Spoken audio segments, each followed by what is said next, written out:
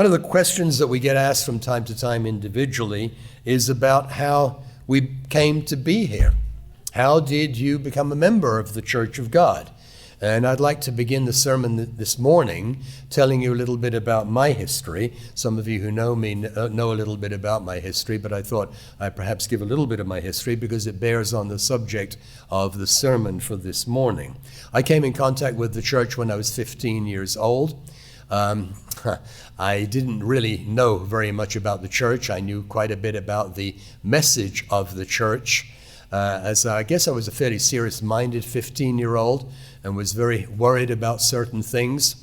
Those of you who are old enough to remember will remember the Cuba Missile Crisis and the Bay of Pigs invasion, all of those things that happened back in the 1960s. I was, I guess the word is pretty frightened about the future of humanity and what was going to happen. And was there going to be a terrible nuclear war?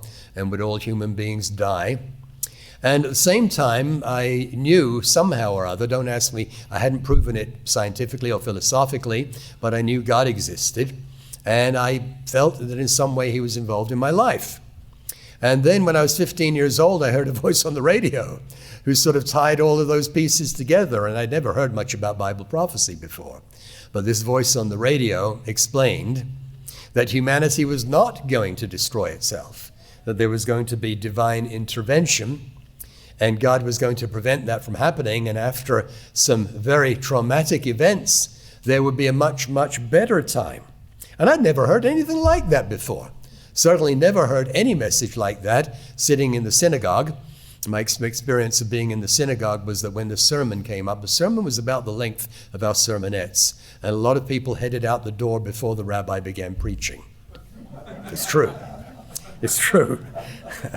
Anyway, I began to write off for literature beginning at age 15, and it accumulated a very, very big pile of magazines and booklets. Some of you remember the old black and white booklets. I had a big pile of them. Read some of them. Some of them I didn't really understand very well. There were subjects that were not of very much interest to me. The subject that really was of interest to me at the time was the subject of Bible prophecy. I was not looking for a church. If you told me that at this stage in life I was going to be a Bible teacher and a minister in some church and living in the United States, what's more, I would have looked back at you as if you had a screw loose. But, you know, life leads us in unusual directions. I received certain pieces of literature whose titles I couldn't figure out. Is tithing Levitical? I didn't know what tithing was. I had to read it more than once and eventually figured it out and did begin to tithe. A few months after I came in contact with the church, I can assure you it wasn't very much money. It was, I think I took my allowance and divided it down to 10% and sent off a little bit of money to what was then Ambassador College UK Limited. Who is Melchizedek? I didn't even understand why that was important. Is this someone alive today? Anyway, I wasn't really looking for a church. I didn't expect that my own life would take this particular turn. Really, my passion right back then in my teenage years was Bible prophecy. And I hope I've learned a few things since then about subjects that are not necessarily directly related to Bible prophecy. But as you know, I teach a lot of Old Testament prophecy at Foundation Institute. My very first Holy Day service, my very first service was a Sabbath after Pentecost in 1975. I'd already been accepted to Ambassador College before I ever attended a Sabbath service. And this was about 3 months before I got on an airplane and left England and went to Southern California to study. My first Holy Day was the Feast of Trumpets in 1975. Now, those of you who've been around the church for a long time know that we sort of half expected something to happen on the Feast of Trumpets in 1975. And it was not that Ralph Levy is going to show up at a Holy Day service for the first time. And nobody argued that that had any great prophetic significance. But I remember being a little bit puzzled by all of this talk about how the church had expected that Christ would return on the Feast of Trumpets of 1975. Of course, he didn't return on the Feast of Trumpets in 1975, and here we are, how many years later? 48 years later. And when I go over some of these things with the young people at Foundation Institute, some of it is kind of dusty and mysterious history now. But some of you have been around the church for a long time, and I think you identify with some of that history. We've now got a generation, 2 generations, since that time when we conjectured that Jesus Christ would return in the 1970s. And here we are, of course, in the year 2023. Our Savior has not come back yet. Not yet, but he will. And we know that for sure. But what about prophecy? Prophecy is the subject of the sermon this morning, and I'm going to take a slightly different angle in this sermon. Again, some who've been around the church for a long time know that some of the publications that we had on the subject of prophecy have been derided and even mocked a little bit. Some of the things that we said about Bible prophecy. You can review them. It's all out there. Worldwide Church of God publications going all the way back to World War II. And things were said that I suppose we would not say in the same way today. We're a little bit more cautious about Bible prophecy.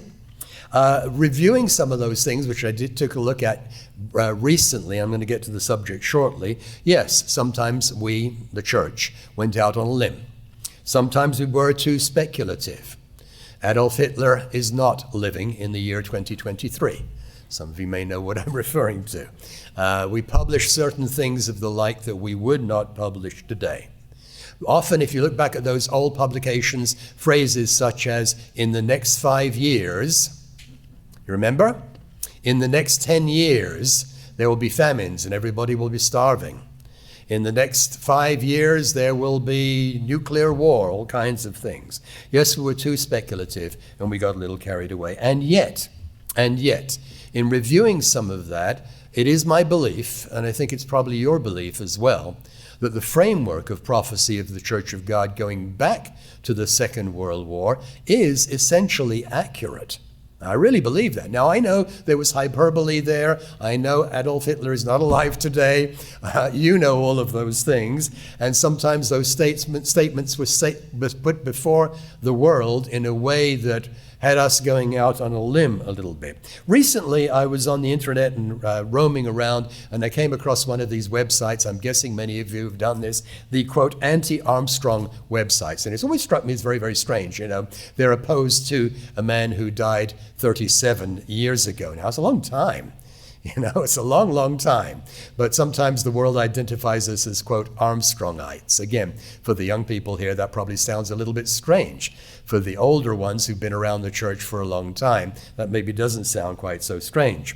I came across a website which lists Herbert W. Armstrong's 209 false prophecies. I brought it with me. I'm not going to give you the URL. You're welcome to find it if you wish, if you don't have anything better to do with your time. But I went through some of these, and what struck me here is that many of the things that the church said back in those post-Second World War years about Bible prophecy were essentially true, but they were presented in a way that was premature. I dug down into some of the overstatements and found a number of ironies with regard to some of these things that this website opposed to our faith was actually saying. The title of the sermon is Not Yet. Not Yet. There are things that we knew were to take place in Bible prophecy, but we were off in our conjecture about when those things would take place. Those things are still ahead of us, a very, very difficult time before the return of Jesus Christ. And then a wonderful, glorious moment. And of course, our next holy day coming up this year is going to be the Feast of Trumpets. And it's something I think that we should all take very, very seriously when we get to the Feast of Trumpets and stop and meditate on the fact that what that holy day represents will be a reality. It's going to be fact. And our faith will become, in one sense, empirically proven for the entire world. Turn with me, if you would please, to Luke chapter 12. Let's get to scripture here. Luke chapter 12. When I think about all of this and I think about prophecy, I think about this statement, this declaration from Jesus Christ. Luke 12, beginning in verse 35. You've read this, I'm sure. I've read this a number of times, but look at how relevant it is to our stance on prophecy. Luke 12 and verse 35. Jesus here says, "Let your waist be girded." You know, when a man in that ancient world had to begin moving quickly, running quickly, he had to kind of cinch up his robe. That's what it means here. "And your lamps burning." Got to have the light burning. "And you yourselves be like men who wait for their master." We are to wait for our master when he will return from the wedding, that when he comes and he knocks, they may open to him immediately. Be ready, be ready, be ready, the scriptures say. "Blessed are those servants whom the master, when he comes, will find watching themselves, watching what's going on around them." I think both thoughts are there. "Assuredly, I say to you that he will gird himself and have them sit down to eat, and he will come and he will serve them." Verse 38. "And here's the relevant part and the striking part. If you should come in the second watch or come in the third watch and find them so, blessed are those servants." In that ancient world, the first century world, the first watch was from sunset to 9 p.m., the second watch from 9 p.m. to approximately midnight, the third watch from midnight to about 3 a.m. You don't know which of these periods of time I'm coming. You won't know for sure. He will come and serve them. So blessed are those servants. Verse 39. "But know this, that if the master of the house had known what hour the thief would come, he would have watched and not allowed his house to be broken into. Therefore you also be ready, for the Son of Man is coming at an hour you do not expect." Now, of course, that doesn't wipe out all of the other biblical indications about the conditions that will be on the face of planet Earth when the Son of Man comes back. Nevertheless, there's this note of warning here. You can't time it. It doesn't work that way. You can't suddenly become more zealous 2 or 3 days prior to the return of the Son of Man. Matthew 24, verse 32. Let's go to the Olivet prophecy, Matthew's account. Matthew 24 and verse 32. Matthew 24, verse 32. "Now learn this parable from the fig tree. When its branch has already become tender and puts forth leaves, you know that summer is near." Somebody was asking me about my fig tree before services. It's not producing anything this year. It was pruned a couple of years ago. It's got lots of leaves and little hard green buds, and I've considered whether to go out and curse it one morning. Verse 33, "It'll produce next year. So you also, when you see all these things, know that it is near at the door." So within the teachings of Jesus Christ, there are both notes. You see all these things and you know that it's coming, but you really can't time it as if you could sort of, jump back into the plan because you know he's coming tomorrow. It doesn't work that way. And then verse 36. "But of that day and hour no one knows, not even the angels of heaven, but my Father only." Only God the Father knows. I find that an amazing statement because the implication, of course, is that this is something reserved for the Father, and even Jesus Christ himself doesn't know the day and the hour. All right, with that as a preamble, what I'd like to do is to go through some of the things that were stated in this publication that I read, and I'm not necessarily recommending it, but the things that we've been sort of mocked about because they have not taken place yet. First of all, let's get what was written in this publication.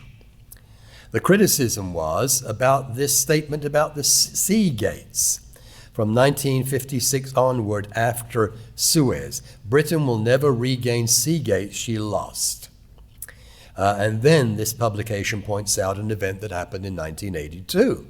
And that event was perhaps not the biggest event in world geopolitics, but the Falkland Islands, which you may remember were invaded by Argentina and actually taken back by the Brits. Let's take a look at the subject of the sea gates back in the book of Genesis. Where does it say it in the Bible? Genesis 22, verse 17. Genesis 22 and verse 17. This is in the context of the revelation, the theophany given to Abraham. Genesis 22, verse 17. Blessing, I will bless you, the angel of the Lord talking to him. And multiplying, I will multiply your descendants as the stars of heaven and as the sand which is on the seashore. And your descendants shall possess the gate of their enemies. Little points around the face of planet Earth where, if you can control those points, you stand a much better chance of winning the next war. Now, this is given to Abraham. We shouldn't forget that. This was not given to Joseph or Judah, so it begins with Abraham, and then it narrows down as we come down through the patriarchs. Genesis 24, verse 60. Genesis 24, verse 60. Genesis 24 and verse 60. This is the blessing over Rebekah. So they sent away Rebekah, their sister, and her nurse. I'm reading verse 59. And Abraham's servant and his men. And they blessed Rebekah, and they said to her, Our sister, may you become the mother of thousands of 10,000s, and may your descendants possess the gates of those who hate them.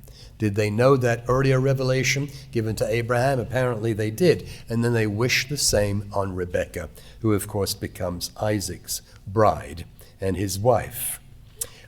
Choke points. The modern world. Parts of the world, important little locations that bit by bit have slipped away and are still slipping away. Gibraltar, I've been there. I'll talk about Gibraltar in a moment. The Suez Canal. Hong Kong. And when you think about all of these points on the face of planet Earth, and you think about what's happened within the last, 30 years or so, you realize that the statement that the descendants of Joseph would lose the sea gates is actually turning out to be true. The Panama Canal. This website criticized the church for saying that Britain will never regain sea gates she lost. Whenever, articles back in the 1950s, 1960s, whenever Britain loses a sea gate, it never gets it back. Well, 1982, the Brits took back the Falkland Islands as a sea gate from Argentina. Now, if you check the location of the Falkland Islands, really they're not as important geopolitically as Gibraltar or Hong Kong. Nevertheless, it's true. The Brits took it back in a war against Argentina. We'll come back to that in a moment. It's still a point of contention, by the way. The Brits and the Argentinians didn't restore diplomatic relations until I think it was about 7 or 8 years after that war. Maybe it was longer than that. Hong Kong, on the tip of China. You read about Hong Kong in the news recently? Very dominant, very prosperous. It's had a kind of an ambiguous relationship with the mainland of China. It looks out to the Pacific Ocean. The Brits lost Hong Kong on July 1st, 1997, after 156 years of British rule. The last British governor of Hong Kong departed on that date. It was in the press. They featured it in newspapers and on TV. One nation and two systems guaranteed until the year 2047. That was what was supposed to happen. Now look, Hong Kong is in the news today. Hong Kong at that point was supposed to became a special administrative region of the People's Republic of China with a measure of autonomy, along with Macau and they're hoping still Taiwan. But if you check the news recently, what's happened over the last few years, the loss of freedoms, the loss of democracy. I think it was a couple of weeks ago that the last democratic internet base site based in Hong Kong was shut down, in effect. They were forced out of business. It was Hong Kong that kept on for a number of years talking about the events of Tiananmen when there was a massacre there in Beijing. The wealthy began to get out. Some keep a low profile. And there has been, in effect, a pretty brutal suppression of anything deemed anti-China in Hong Kong. Press freedoms have disappeared. An independent judiciary barely exists any longer. And as I mentioned, this last pro-democracy website based in Hong Kong was forced out of business. They sequestered their bank accounts, and basically ran everybody out of town. Were we wrong? Or were we simply premature? I suspect it was the latter. Hong Kong no longer belongs to part of the British Empire.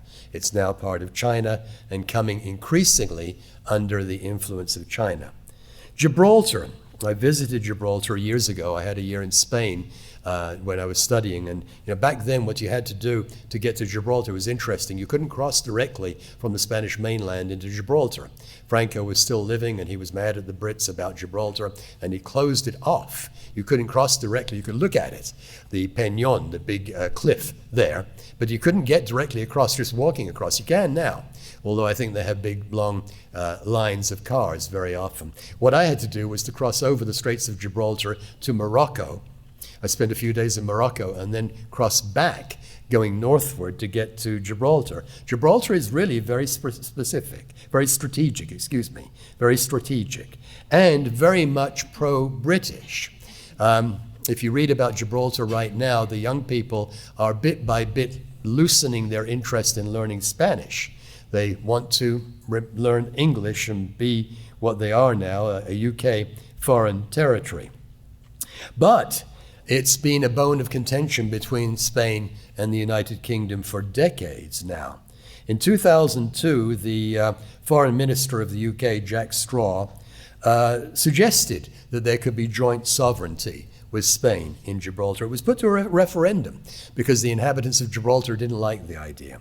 Do you approve of joint sovereignty with Spain? 98.97% against. In other words, the population of Gibraltar, almost to a man or to a woman, said, no, we want to remain British. There's still a drumbeat of demand for El Peñón to be given back. We want it back, Spain says. The people who live in Gibraltar say, we don't want to be given back to Spain.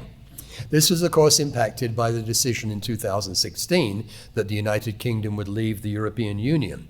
Not surprisingly, Gibraltar voted overwhelmingly to remain part of the European Union. It facilitated the movement of people and goods and services back and forth. 93% of the inhabitants of Gibraltar voted to stay in the European Union.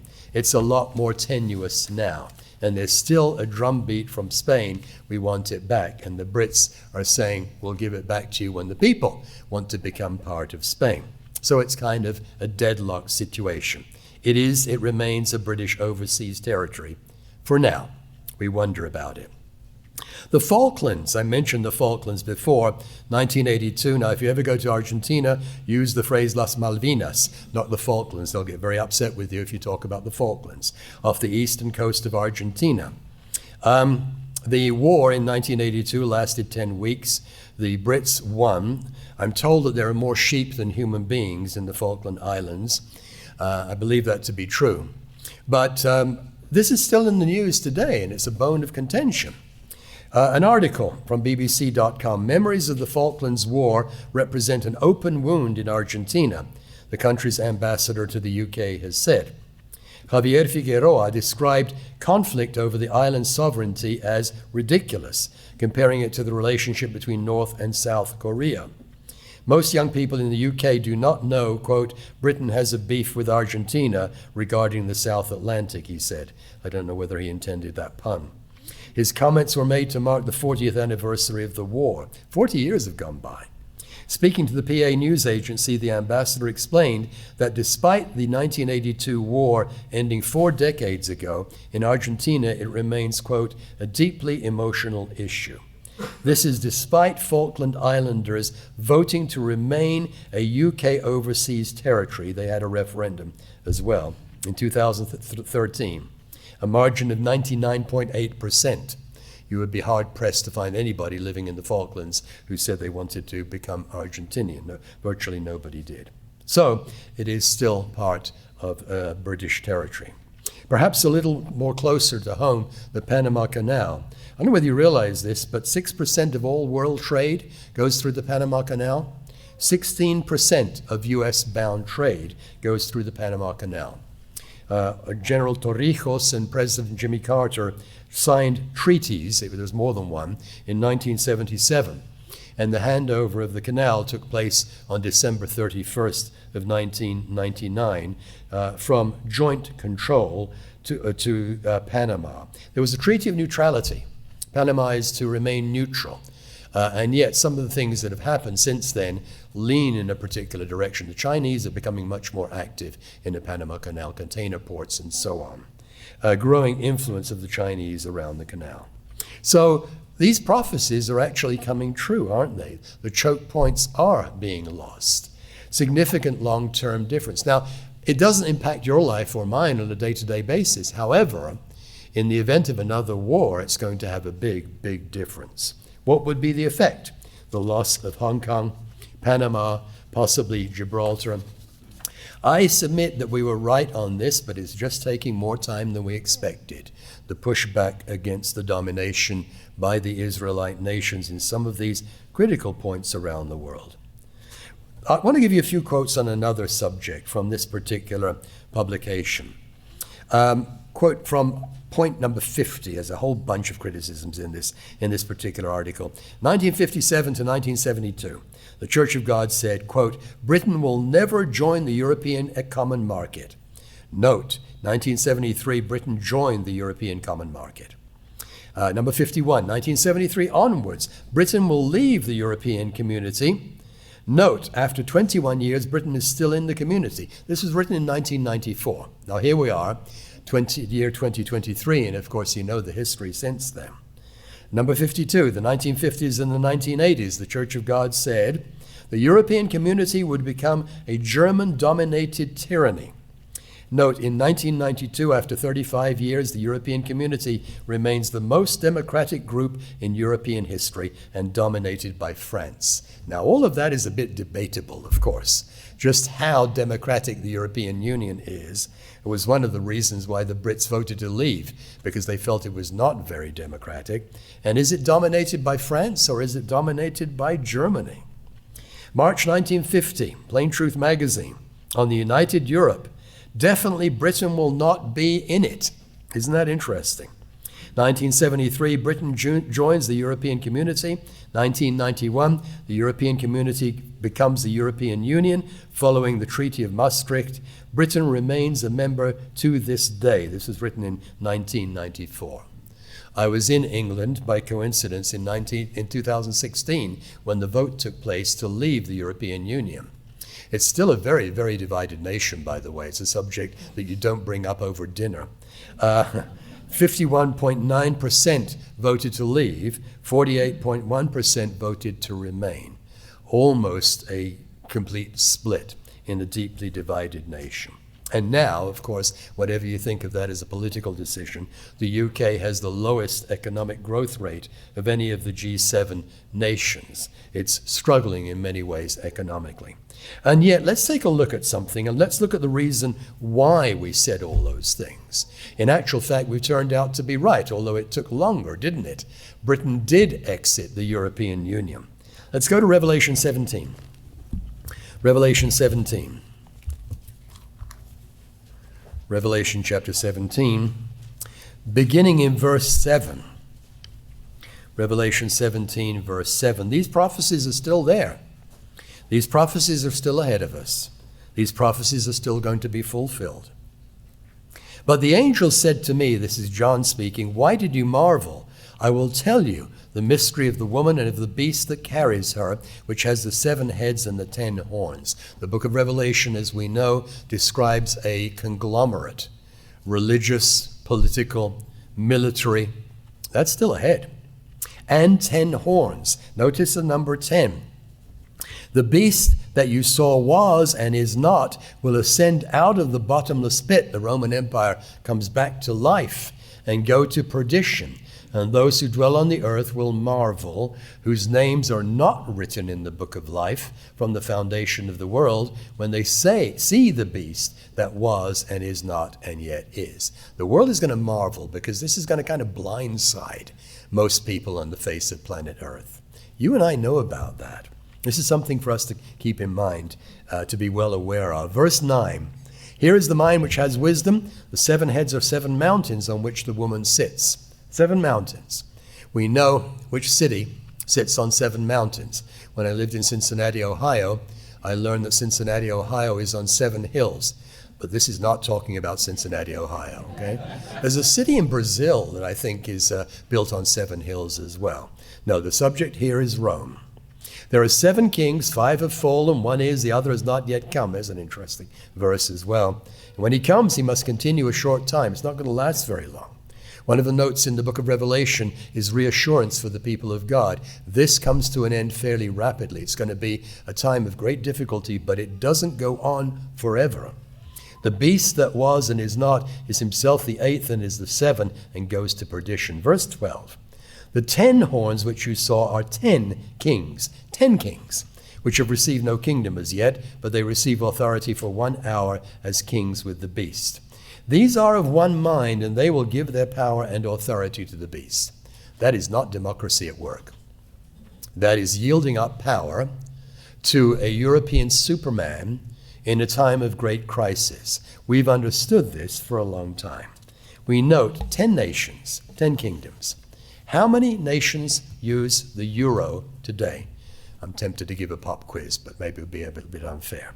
20 nations in the Eurozone.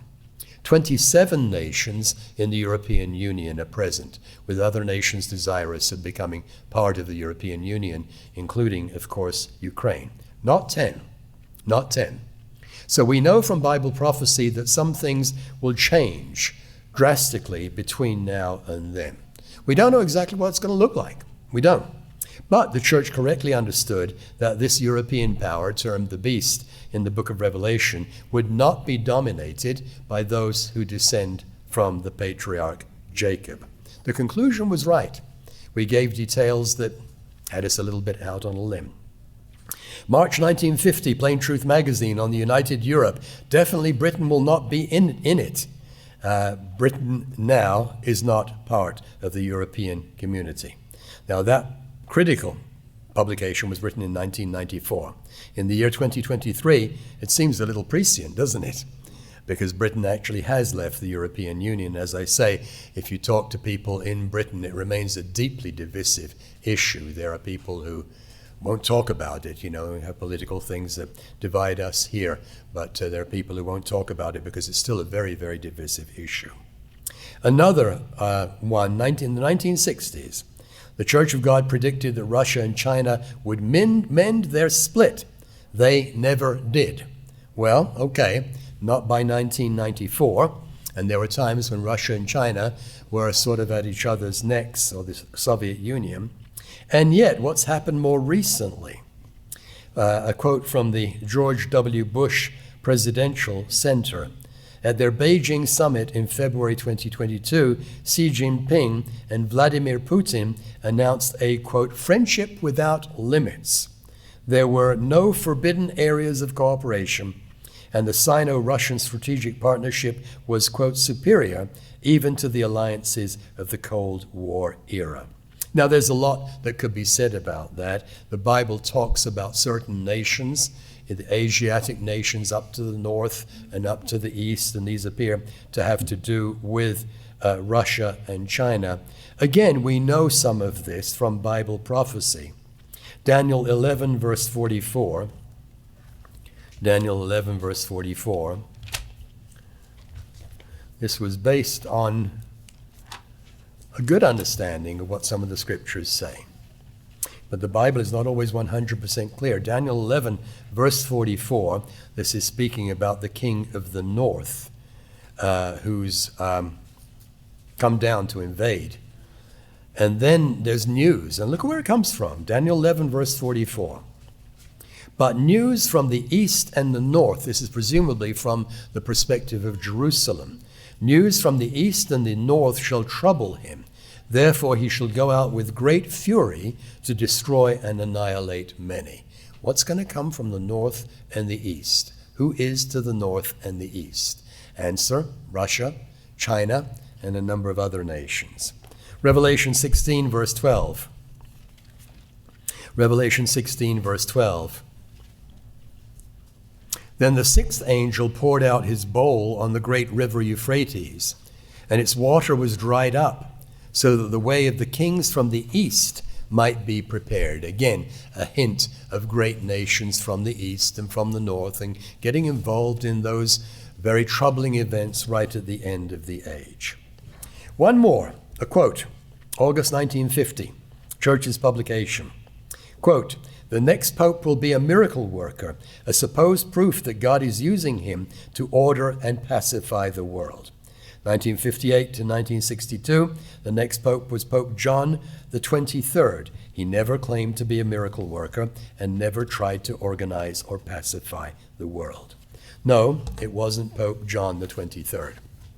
However, 1982, Pope John Paul II, actually he was quoted by Pope Benedict in 2005, going back to Pope John Paul II in 1982. Pope Benedict said, the Pope pointed out this is John Paul II, the Pope pointed out during the 1982 visit, John Paul II launched, quote, "the project of a Europe aware of its own spiritual unity, based on the foundation of Christian values." Now there's a definition there, of course, as they understand Christian values. He returned to this theme on the occasion of World Youth Day, 1989. The Pope continued, this is Pope Benedict, held at Santiago de Compostela, expressing his hope for a Europe without frontiers, a Europe that does not deny the Christian roots from which it grew, and that does not renounce the true humanism of Christ's gospel. How appropriate this call remains today in the light of recent events on the European continent. I want to interject a little comment here. When I was in London a couple of weeks ago, I went to see a show. My brother is a professional musician. I went to see Back to the Future, the musical. It's quite good, by the way. You don't have to go and watch it, but I don't usually go out to a lot of shows. Anyway, the theater was full, and I sat next to a couple of people, a couple of young people. To my right, there was a young woman, and then to her right, there was a young man, German speaking, and she was very chatty. We entered into a conversation, very, very friendly, and I learned that both of them were from Austria.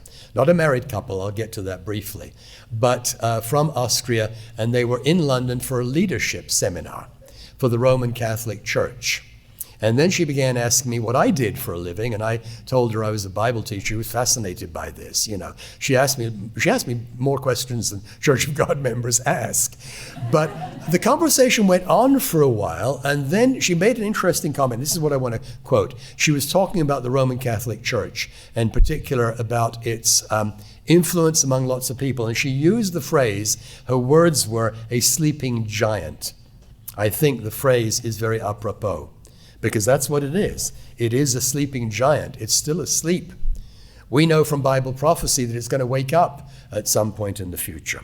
Let's go to Revelation chapter 13. A sleeping giant. She was very friendly. When we said goodbye, she said, "May God bless you in your work." And I was a very interesting. She was Roman Catholic, and she intimated the gentleman to her right was not her husband or her boyfriend. She said that she'd taken some kind of a vow of celibacy, and this was just a young person who was working at this particular leadership seminar for the Roman Catholic Church in London. They come across from Austria. We know from Bible prophecy that, again, this is an example of not yet. We're not there yet. Revelation 13, verse 11. Revelation 13, verse 11. Then I saw another beast coming up out of the earth, and he had 2 horns like a lamb and spoke like a dragon. He masquerades as a lamb, but his voice is the voice of a dragon. In John chapter 10, we're told that God's sheep know his voice. They know the voice of Jesus Christ. We recognize the voice of Jesus Christ. We hope, we believe, will not be taken in by this, because we're going to say, it doesn't sound right. This doesn't sound like the voice of the Lamb. This sounds like something quite different. Verse 12. And he exercises all the authority of the first beast in his presence, and he causes the earth and those who dwell in it to worship the first beast, whose deadly wound was healed. The Roman political power. He performs great signs. Look at that. Here's an example in the Bible where someone who is not a true servant of God is going to work miracles. He performs great signs so that he even makes fire come down from heaven on the earth in the sight of men. And he deceives those who dwell on the earth by those signs which he was granted to do in the sight of the beast, telling those who dwell on the earth telling those who dwell on the earth to make an image to the beast who was wounded by the sword and who lived. So we've got this religious leader who looks like the lamb, wants to look like the lamb, but in fact sounds like the dragon. Hopefully, brethren, we in God's church understand, we recognize the voice of the lamb. We know that this will be a counterfeit. But for a lot of people, it's not going to be in the least bit obvious. Now, if you've been to Europe recently, and I think some of you have traveled for the feast, maybe on other occasions, you know something that we understand well. Europe is overwhelmingly secular right now. Religion is not a big ticket item as it is, especially here in the south of the United States. Many young people in particular want to know nothing about religion. Nevertheless, the church has a lot of wealth, a lot of property. And I think the fact that people don't know about religion and don't know about the Bible is going to mean that when this happens, we just read it, didn't we? He's going to call fire down from heaven. And what's going to be the reaction of lots of people? Well, if he can do a thing like that, he's got to be a man of God. How could it possibly be anything other than that? Revelation 17, verses 7 and 8. The sleeping giant is going to come out of its slumber. Revelation 17, verse 7. The angel said to me, "Why did you marvel? I will tell you the mystery of the woman and of the beast that carries her, which has the 7 heads and the 10 horns. The beast that you saw was and is not, will ascend out of the bottomless pit and go to perdition. And those who dwell on the earth will marvel, whose names are not written in the book of life from the foundation of the world, when they see the beast that was and is not and yet is." People are going to be amazed by this. We know Bible prophecy. I think we backed off a little on Bible prophecy, but the main planks of what the Church of God has taught on Bible prophecy for decades remain firm and reliable. There are areas where we're not sure. There are areas where there's speculation. There are areas where we have to be careful not to go out on a limb. That's true. All of that caution is well called for. Nevertheless, the main framework of Bible prophecy that brought many people into the church, myself included, is still there and is still real and is still ahead of us. Not yet is the byword. Not at all is not the byword. But there's one more yet to come. The big prophecy, the great prophecy, the one that hasn't taken place yet. And of course, we know what I'm referring to here. Let's go to Zechariah chapter 14. This is yet to take place. When the fall holy days come around, you know, we all need to stop and ask ourselves, do we really believe this? Do we understand what this means? What this will mean for the body of Christ? What this will mean for the world as a whole? We need to stop and meditate on those things, especially as we get to the fall holy days. We're not just sitting in church for all eternity. There's going to come a time when there'll be a culmination of God's plan, and everything's going to change for you and me. Zechariah 14 and verse 3. Then the Lord will go forth and fight against those nations as he fights in the day of battle. Jesus Christ is going to fight. Isn't the millennium a time of peace? Well, yes it is, but the moment that Christ comes back, there's going to be quite a bit of conflict until that all settles down. Verse 4, and in that day his feet will stand on the Mount of Olives, which faces Jerusalem on the east. And the Mount of Olives shall be split in two from east to west, making a very large valley. Half of the mountain shall move toward the north, and half of it toward the south. Some of us have walked down the Mount of Olives. I've walked down the Mount of Olives a couple of times. You see the graves of the religious Jews there because they know this, you know. They know Messiah is going to come to the Mount of Olives. It costs a lot of money, by the way, to buy a grave on the Mount of Olives. I don't know how much. I can't quote you a price, but it costs a lot of money. Jesus Christ is going to come back. The book of Acts tells us very clearly he will come back to the Mount of Olives. It's clear there in Acts chapter 1. The return of Jesus Christ. It's sure. It's certain. Daniel chapter 2. This is why we're part of God's church. These are prophecies which you can take to the bank and which I can take to the bank, on which we can bank our lives, our eternal salvation. Daniel 2, and I love the way Daniel phrases this in verse 44. Daniel 2, verse 44. In the days of these kings, this last formation of Roman dominance in the world, the God of heaven will set up a kingdom which shall never be destroyed. And the kingdom shall not be left to other people. It's not a human government. It's God's government. It shall break in pieces and consume all these kingdoms, and it shall stand forever. It's interesting, Daniel 2 intimates that there are remnants of actually all four of those great Gentile empires, Babylon, Persia, Greece, and Rome. There are remnants of all four on the scene when Christ returns, but Jesus Christ will put down that last manifestation of human government. Verse 45. Inasmuch as you saw that the stone was cut out of the mountain without hands, this wasn't of human origin, and that it broke in pieces the iron, the bronze, the clay, the silver, and the gold, the great God has made known to the king what will come to pass after this. And these words for you and me, the dream is certain, and its interpretation is sure.